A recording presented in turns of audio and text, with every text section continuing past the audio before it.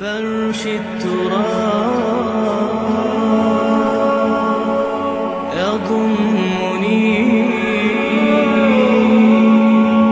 وهو غطاء.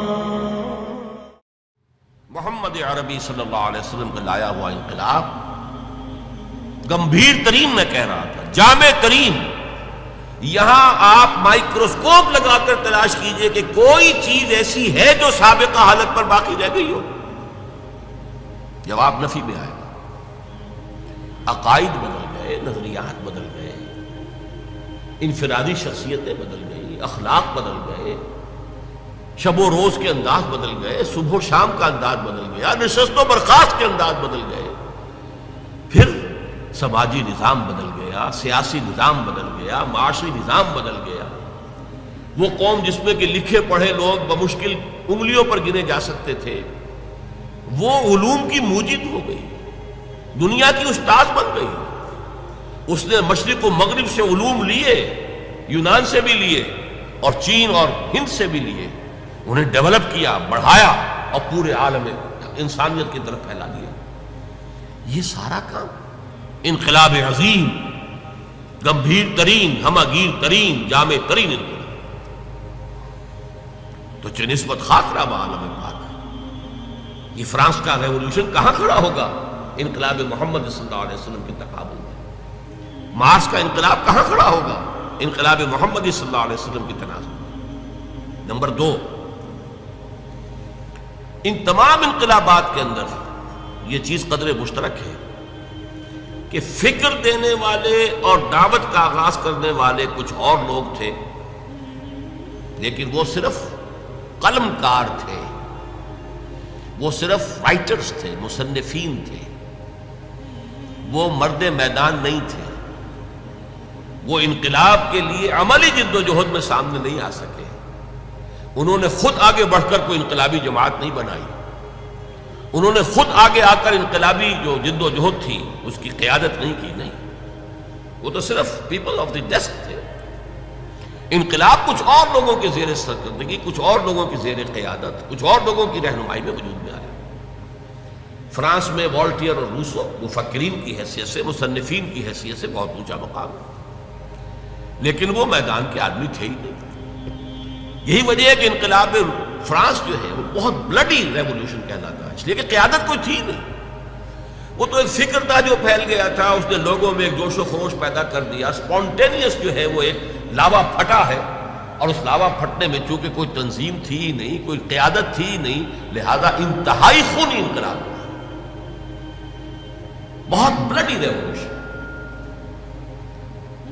اسی طریقے سے ذرا غور کیجئے، روس کے انقلاب بولشوک ریولوشن کی بنیاد داس کیپیٹال، ایک کتاب، کارل مارکس اس کا مصنف، اور اس کے ساتھ اس کا کو آتھر اینجلز، دونوں نے مل کر یہ کتاب لکھی ہے.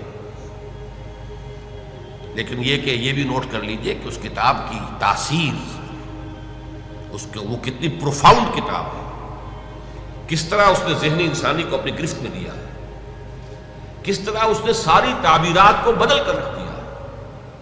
پوری حیات انسانی کا خالص مادی جو ہے تعبیر کی ہے، روحانیات سے، مذہب کی بالکل نفی کرتے ہوئے، لیکن مدلل اس انداز سے، اس طور سے کہ اس نے لوگوں کو گرپ میں لیا ہے، ان کو پوزیس کیا ہے، اس درجے پوزیس کیا ہے کہ پھر موٹیویٹ کیا ہے کہ جانے تک دے دیا انقلاب برپا کرنا.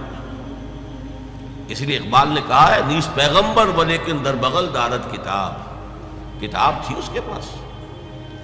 جیسے کہ آپ کو معلوم ہے کہ محمد عربی صلی اللہ علیہ وسلم کا انقلاب اگر اسے ٹریس کریں گے تو وہ قرآن کے ذریعے سے وجود میں آیا، اتر کر ہرا سے سوئے قوم آیا اور ایک نسخہ کیمیا ساتھ لایا. بہرحال اگرچہ قرآن کا تقابل کرنا داس کیپیٹال سے یا داس کیپیٹال کا تقابل کرنا قرآن سے، یہ تو میرے نزدیک نامناسب ہے. لیکن یہ کہ آپ اس اعتبار سے ضرور نوٹ کیجئے کہ واقعتاً ایک کتاب ہے جس نے یہ عظیم انقلاب بولشوک ریولوشن برپا کیا. لیکن مارکس ہوں یا اینجل صاحب ہوں، دونوں رائٹرز تھے، بس مفکر تھے. انہوں نے اپنی کتاب لکھی جرمنی اور لندن میں بیٹھ کر. اور جرمنی اور لندن میں اس انقلاب کا کہیں وجود ہی نہیں واقع ہوا. وہ خود اپنی سرکردگی میں، اپنی قیادت میں کسی ایک گاؤں میں بھی انقلاب برپا نہیں کر سکے. روس میں انقلاب آیا، بولشوک پارٹیز ان کے ذریعے سے، اور عین وقت پر چونکہ ایگزائل میں تھے، جیسے کہ خمینی صاحب ایگزائل میں تھے اور عین وقت پر آ کر انہوں نے جو ایران میں ہنگامہ جاری تھا اس کی قیادت اپنے ہاتھ میں سنبھال لی.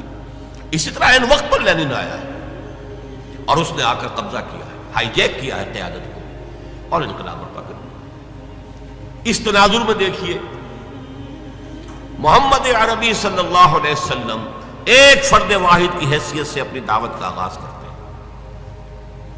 وہی فکر دینے والے، وہی دعوت دینے والے، وہی ہیں جو اسٹریٹ پریچنگ کر رہے ہیں، مکے کی گلیوں میں گھوم رہے ہیں. یا ایھا الناس قولوا لا الہ الا اللہ تفلحون. اسٹریٹ پریچنگ گلیوں میں، جیسے حضرت عیسیٰ علیہ السلام اسٹریٹ پریچنگ کرتے تھے. وہی ہیں جو کبھی اپنے رشتہ داروں کو جمع کر رہے ہیں اور ان کے سامنے دعوت پیش کر رہے ہیں کھانا کھلا کر. کبھی کوہ صفا پر کھڑے ہو گئے ہیں، بلند آواز سے آپ نے کہا وا صباحا اور لوگوں کو جمع کیا ہے، اپنی دعوت پیش کی ہے. وہی شخص کہ جو فرد واحد کی حیثیت سے، ایک داعی کی حیثیت سے سامنے آیا، کل 22 برس میں اس نے پورے انقلاب کی تکمیل کر دی اور ہر مرحلے پر اس کی قیادت خود فرمائی. وہی اسٹریٹ پریچر، غزوہ بدر میں وہی کمانڈر ہے، غزوہ احد میں وہی سپہ سالار ہے، وہی اسٹریٹ پریچر. یہ جیسا کہ ڈاکٹر مائیکل ہارٹ کا میں نے حوالہ دیا، یہ نقشہ دنیا نے کبھی دیکھا ہی نہیں، کوئی اس کی نظیر ہے ہی نہیں، کوئی مثال ہے ہی نہیں. اسٹریٹ پریچرز ہی رہ جاتے ہیں. مربی اور مزکی بس ان کا اپنا ایک دائرہ ہوتا ہے. کچھ لوگوں کا تزکیہ نفس کر دیا، جو ان کے پاس چل کر آئے، وہ بھی وہ آتے ہیں جو ان کی خانقاہ میں خود طالب بن کر آئے، وہ ان کا کوئی تزکیہ کر دیں گے، کچھ اصلاح ہو جائے گی. یہ عمل ایک فرد واحد وہی فکر دے رہا ہے، وہی دعوت دے رہا ہے.